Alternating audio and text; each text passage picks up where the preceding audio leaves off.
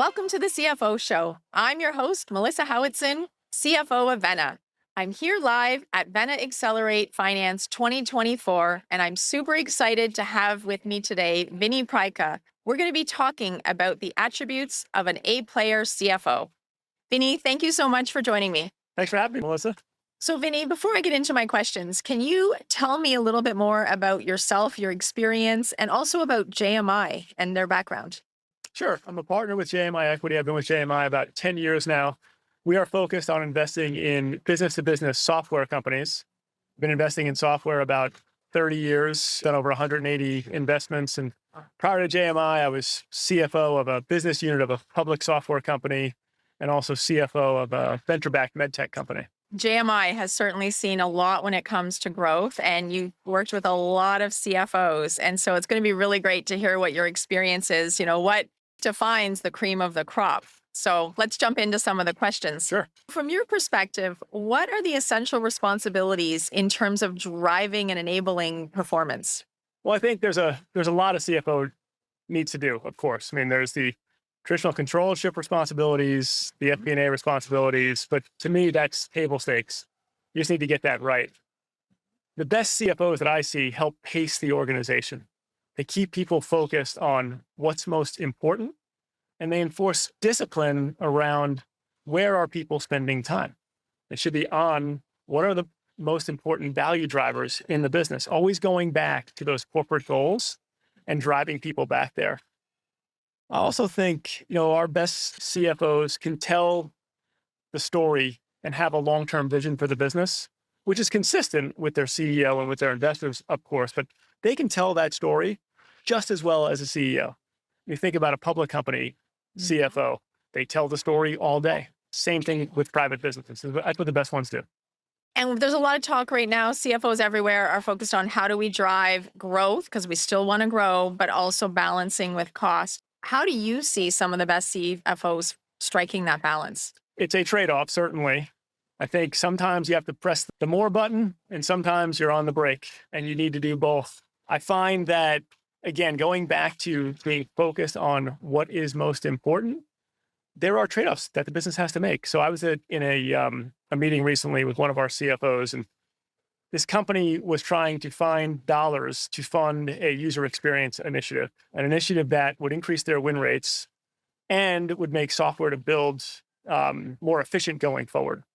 The CFO got all the senior leaders, the ELT team, in a room and literally walked down the P&L to figure out how to find the money. And he challenged them. All of you, sales thought it was important. We want to increase win rates. Product thought it was important. It's going to make software easier to build. Where are we going to find the money? They sat in a room until they made the trade-offs. Some non-hiring, some hiring deferrals.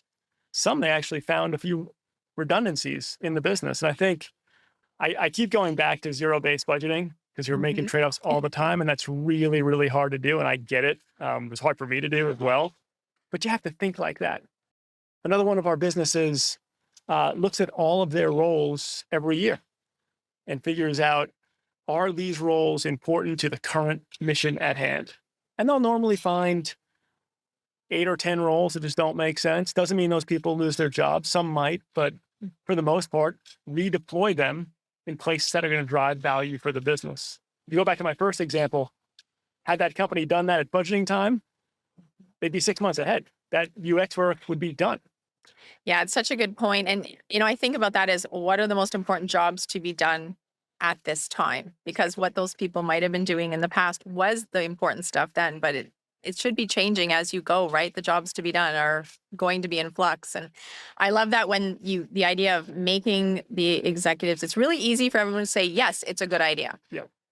But what are we not going to do then to fund it and having people be part of making that choice? It also shows that they have conviction behind the idea and that it isn't just a nice to have, but they really saw it as a need to have. Because if you need to have it, you'll always find the money. Absolutely. How do you see some of the best CFOs flexing their skill sets in different situations? Yeah, there's this guy named Jack McCullough. He wrote this book called Superstar or Rockstar CFOs.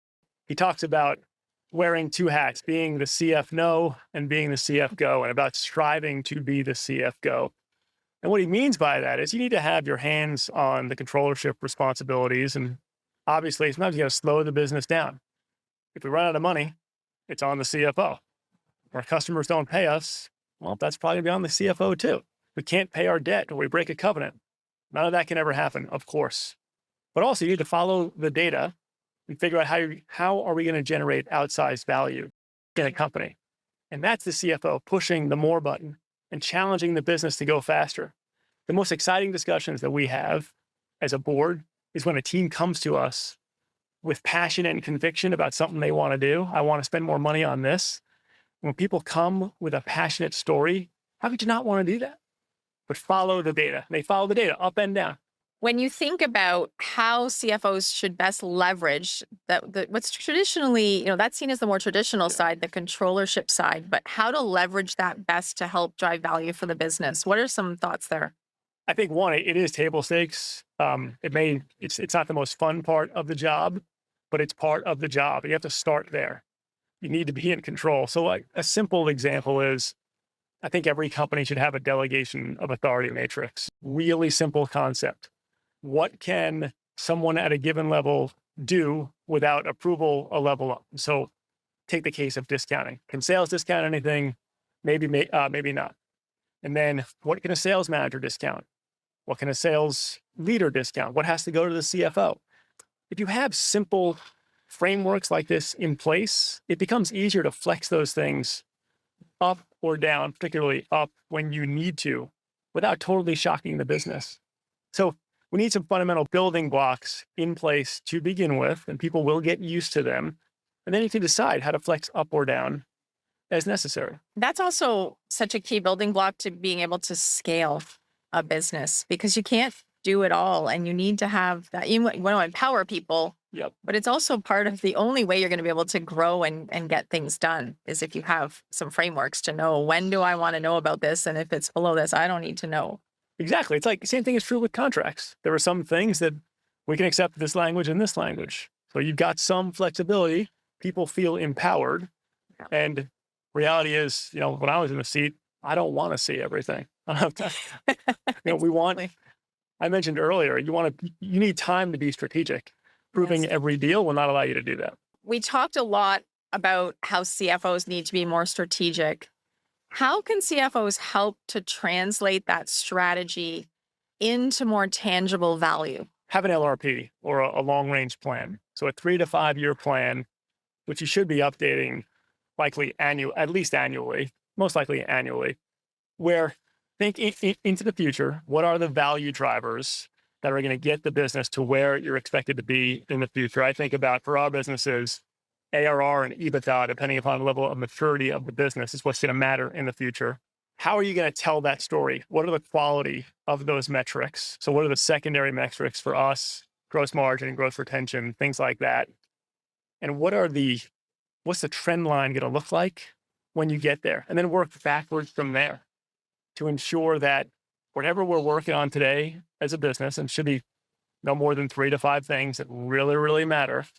And going back to your point about resources earlier, are our resources deployed against the right mission? Of course, you have the right people, but are they deployed against the right mission?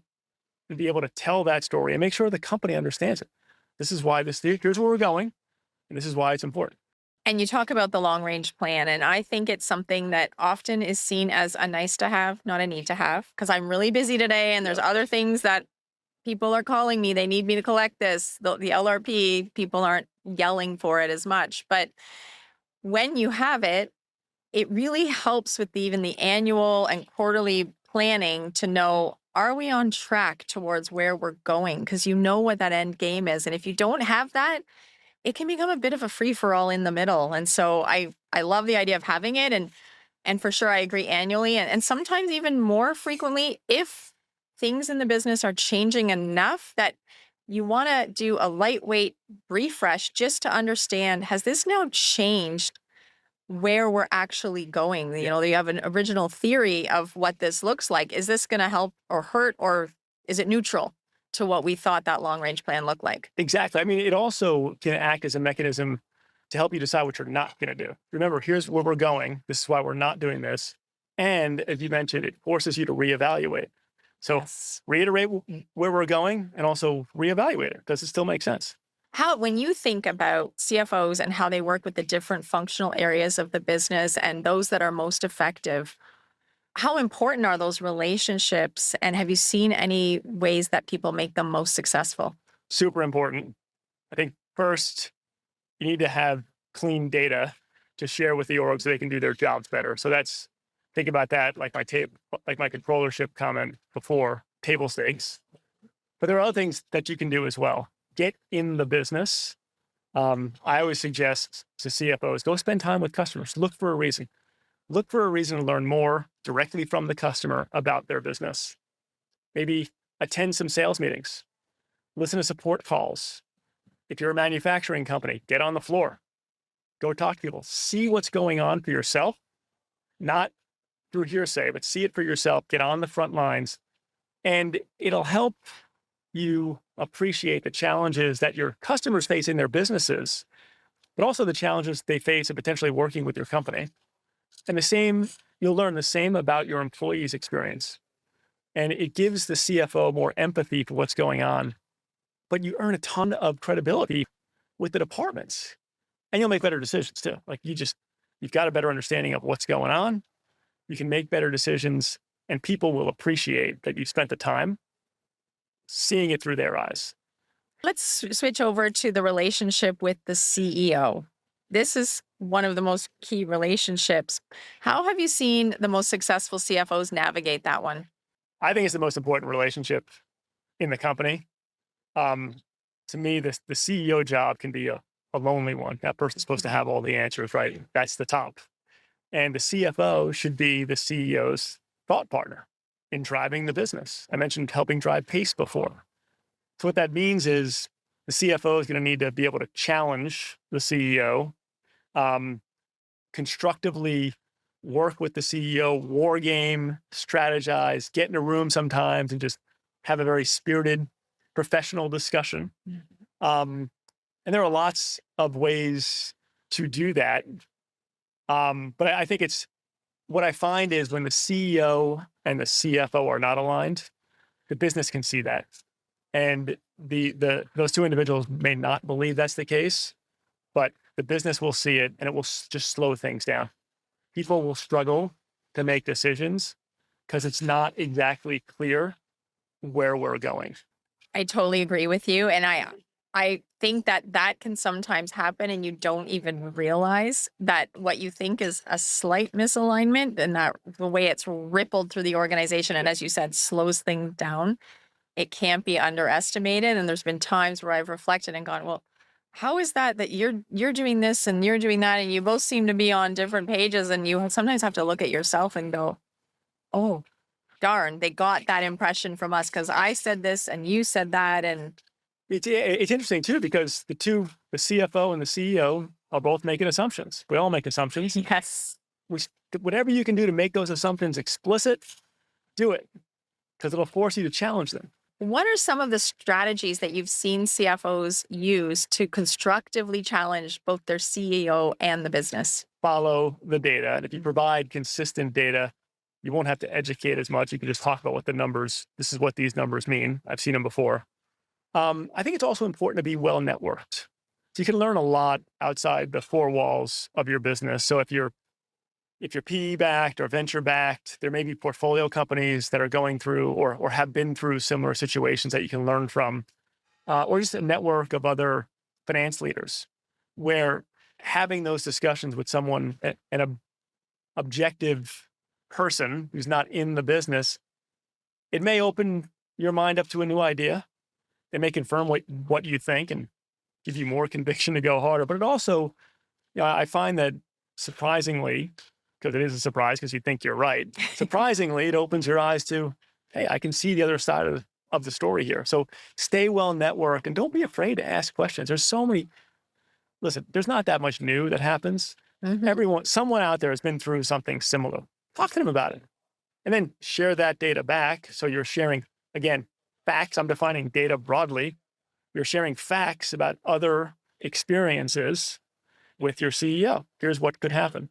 Here's an example. It's not an opinion anymore. It's fact. Because it's easy to ignore what seems an opinion. But when you start to see it shone a light in other ways, and also when it's presented as unbiased. Yeah.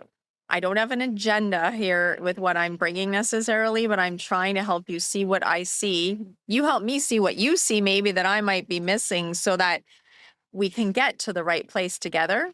And you can just, it helps remove that emotion from it where, because too much emotion enters, you both start to get dug in on your position and you can lose sight of what you're actually trying to accomplish. So Exactly. what about with the board? How have you seen CFOs navigate that relationship well? Self-servingly, it's the second most important relationship. I'm just kidding. But it is an important relationship. And I think you also should remember you may have investor board members, you may have independent board members. They all want to know what's going on. It's not just the investor board members. We want to know what's going on. We're thirsty for data. We're data hounds. We're going to keep asking questions. But I think the most important thing is just build direct relationships with each person. Understand what's important to them. Preview what we're going to talk about at the board meeting with those individuals. Figure out what they'd like to talk about so we make sure the conversations are on point. As it relates to board meetings, I say this to every company. Most companies do it. Sometimes it's a struggle. Get the deck out 48 hours in advance.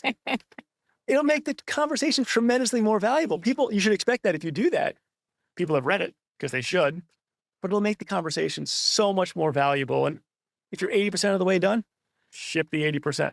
It's fine. Send the rest out later. I used to do it a long time ago with a public company. We'd bind up the books, send them out the Friday before the board meeting, because that's what you did. You went to FedEx, not email. Email has given us this false sense that we can deliver stuff in real time. Yeah. Well, my brain is not ChatGPT. I can't get through it that fast. I actually have to read it. So give me a little bit of time, just a little bit of time.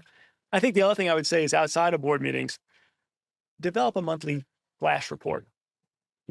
Just your bookings, if you can get retention for us, if you can get retention on it, maybe revenue. One page, enough detail that we know what's going on, concise enough that we can go through it real fast, same format all the time, and just send it on the same cadence after every month. You won't even need much commentary. People get used to it. They'll look at it for 30 seconds and know exactly what's going on. Tremendous amount of value. And then finally, on a quarter, send me an email on the first or the second, just real quick. Tell me how it went.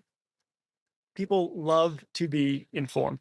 We can forget about that, where you get so stuck in the day-to-day and then getting there. I'm laughing when you talk about, it sounds such a no-brainer. Send out the deck 48 hours in advance. But when you're making the deck and the team got all these people, and it's like, don't they know how much work this is? And you forget there's a reader on the other side. They need time.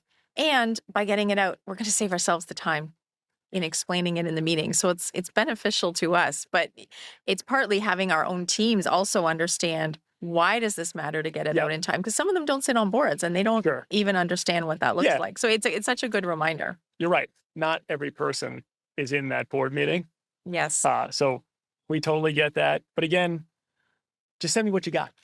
Now, how do you think CFOs best go about helping the business with making some of the trade-offs and figuring out what the right and most important strategic investments are? Go back to that long-term vision and backing off of there and keep coming back to, at least in the near term, what are the corporate goals for this year? There should be no more than three to five of them. Start every board meeting that way. Some of our management teams start their management team that meeting that way. They don't read them, but they're like the first slide or the first thing they look at just reminds us to keep going back to what is important. And that makes it easier to ensure that everything we're doing brings us back there. I think as you look a little bit longer term out, one of the frameworks that we used to use or that I've used in the past is simple 2x2 matrix. So investment dollars on one axis and ease of execution on another. Plot the bubbles. The bubbles are the size of the revenue opportunity, for example, and have a look at that. So bigger opportunities that are easy to do, we should do those. Larger opportunities, maybe they're a little more difficult to do, we should discuss those. But just by having a framework, it doesn't need to be that. It could be anything. Maybe your axes are different. But just by having a framework, it'll force discussion, and you'll learn a lot about what people think about the company's ability to execute on different things, or what they think about the attractiveness of certain markets. Again, draw all those assumptions out. Picture's worth 1,000 words. Put something on a graph and talk about it and argue about it before you actually act on it. Because then you can lay out, okay, what are the milestones? Where are we going? How are we going to define success? All of that. Now, let's talk about democratizing data and creating more financial literacy and business acumen within our businesses. How important is it for the CFO to take on that role, and how have you seen them do that well? I think it's important for the CFO primarily because that person's in the best position to link business value to operations. What's going on? How are we going to create value in the business? Very important to educate all of the employees. Why are certain metrics important? Now, you can only go so deep. So some companies issue equity to everyone. How is my equity going to be valuable? And for us, again, ARR or EBITDA most likely. But you walk through at a high level why these metrics are important and why the next buyer or the public market will value them. Don't get too deep. The fact that you've opened a dialogue, anyone that wants more will come seek you out, and they'll ask you more questions. But beyond that, whether you issue equity or not, people want to know what they do matters.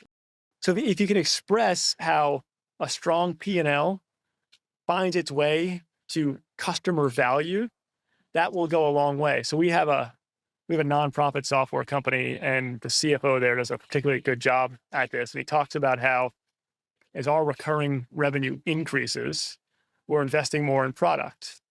When we invest more in product, we develop better fundraising tools and better volunteer tools for the customer base. They use those tools to drive their mission.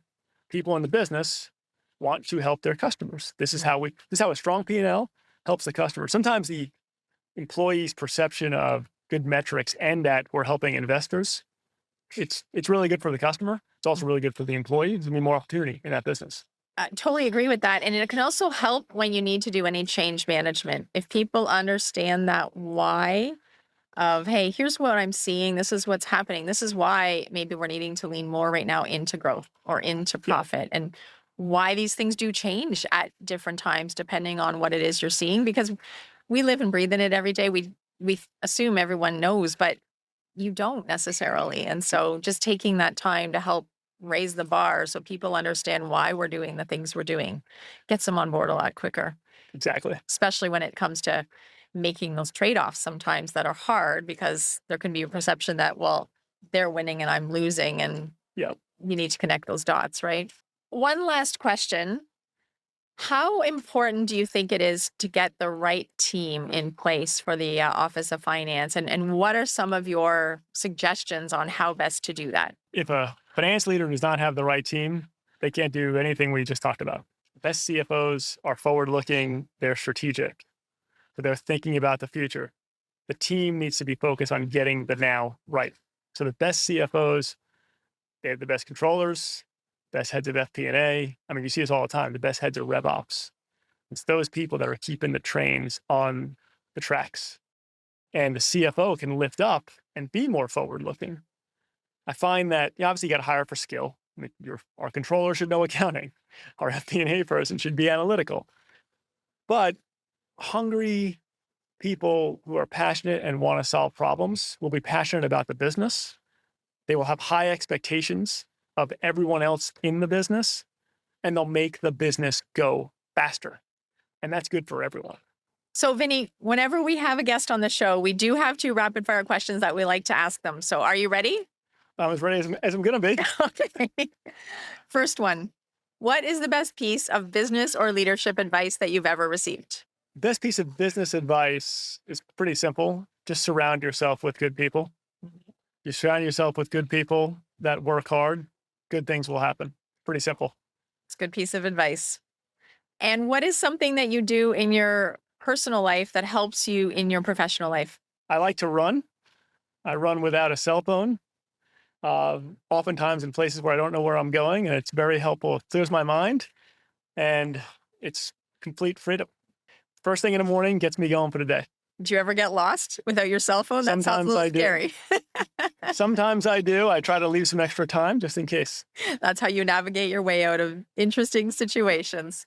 Vinny, thank you so much. Really appreciate the chance to sit down and talk about this topic with you. It's such an important one, and you have such a great insight having seen this across so many companies. So thanks for sharing that with us today. Thank you so much for having me. If you'd like to learn more about today's episode, please visit the links in the show notes. And we would love to hear from you, our audience. Please leave us a review on any of the streaming platforms. It helps other listeners to find the show. And don't forget to subscribe wherever you listen to and watch your podcasts, because you don't want to miss an episode. For the CFO Show, I'm your host, Melissa Howatson. Until next time.